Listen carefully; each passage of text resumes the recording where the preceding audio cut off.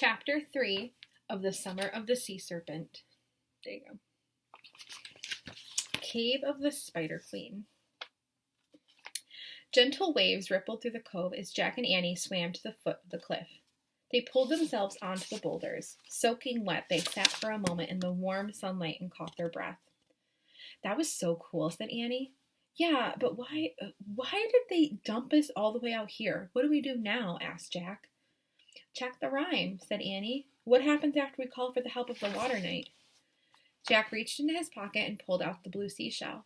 He read out loud, "Call for the help of the water knight, then pass through the cave of the Spider Queen." "Oh, right," said Annie. Then she took a deep breath.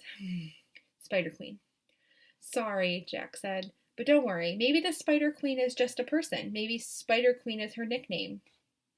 "But what if she's like half a person and half a spider?" said Annie. "Like the Raven King was, half a man and half a raven?" Jack shuddered at the memory of the monster on their last Merlin mission. "Don't think about that," he said.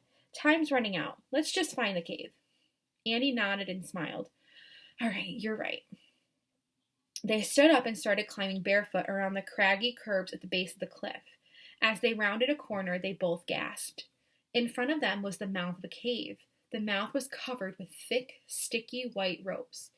The ropes were woven tightly together in a crisscross cobweb pattern. "If that's a spider web, we're in big trouble," said Annie. Jack tried to sound calm. The size of the web doesn't actually tell us the size of the spider," he said. "Plus, I once read that no spider on Earth is bigger than a dinner plate." "Yeah, and no horse on Earth has a giant fish's tail either," said Annie. "Good point," thought Jack. "Let's just concentrate on finding the Sword of Light before nightfall," he said. Jack picked up the stone the size of a softball and he hurled it toward the mouth of the cave. The stone sailed through the giant cobweb and into the cave, pulling the sticky rope-like strands down with it. Jack turned to Annie. "Ready?" he said. She didn't move. Jack took her hand. "Don't worry. I won't let any monster spiders get you," he said. He nodded toward the mouth of the cave. "Onward, onward," Annie repeated in a small voice. Then together she and Jack stepped over the fallen web and entered into the cave of the Spider Queen. Inside the cave, the walls were black and shiny. The ground was wet and slippery under their bare feet. "Yikes," Annie said, jumping back. A pale pink crab scuttled sideways across the rocky floor. "Don't be afraid," said Jack. "That's not a spider." "I know," said Annie. "I'm sorry." As they went deeper and deeper into the cave, it grew darker and darker. Finally, Jack saw a faint light coming from a wide-arched passageway. "That way," he said. They stepped through the high arch into a round chamber with a high ceiling. There were several large cracks in the ceiling that let in beams of sunlight. The misty light shined on mossy green ledges and on green, spongy-looking floors. Silver droplets dripped from above, kerplopping into the tiny pools. Squeaks and chirps came from the crannies and hiding places in the walls. "What's that noise?" asked Annie. "Probably just teeny cave crickets or baby bats," said Jack. "Not that noise," said Annie. "The whispering noise." Jack listened, and then he heard it. A low whisper. He couldn't make out the words. It just sounded like whisper, whisper, whisper, whisper. The hair stood on the back of his neck. Now he began to feel scared. "This place is really creepy," said Annie.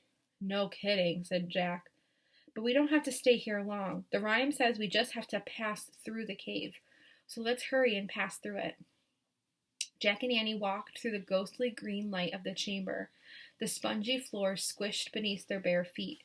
As they searched for an exit from the cave, they both kept an eye out for the Spider Queen. "Hey, look at the starfish," said Annie. She pointed to a bright orange starfish clinging to the rocky ceiling. "How'd he get up there?"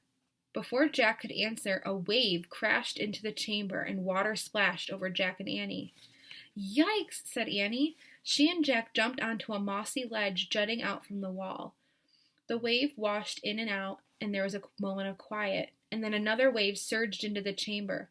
It splashed against the cave walls, soaking Jack and Annie again. "Oh man," said Jack, "the tide must be coming, and soon this whole cave will be flooded." The wave receded back, and for a moment all was quiet again. We'd better leave now, said Jack, and quick, go back the way we came in. Jack and Annie jumped down from the ledge, but before they could escape, another wave crashed into the cave. This one swept them off their feet and pulled them down into the foamy water. Jack grabbed Annie's hand.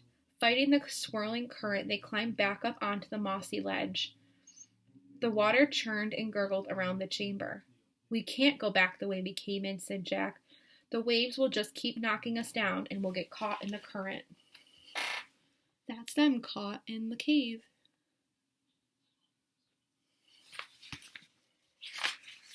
Maybe we can get out through that crack, cried Annie. She pointed to the widest crack in the cave ceiling.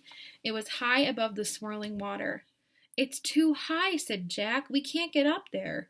He looked frantically around the flooded cave, searching for another way out. Suddenly, he froze in horror. Clinging to a ledge near the ceiling crack was the Spider Queen. She had 8 red, glowing eyes. She had 8 hairy, long legs, and she was much bigger than a dinner plate. The Spider Queen was bigger than Jack. Ooh.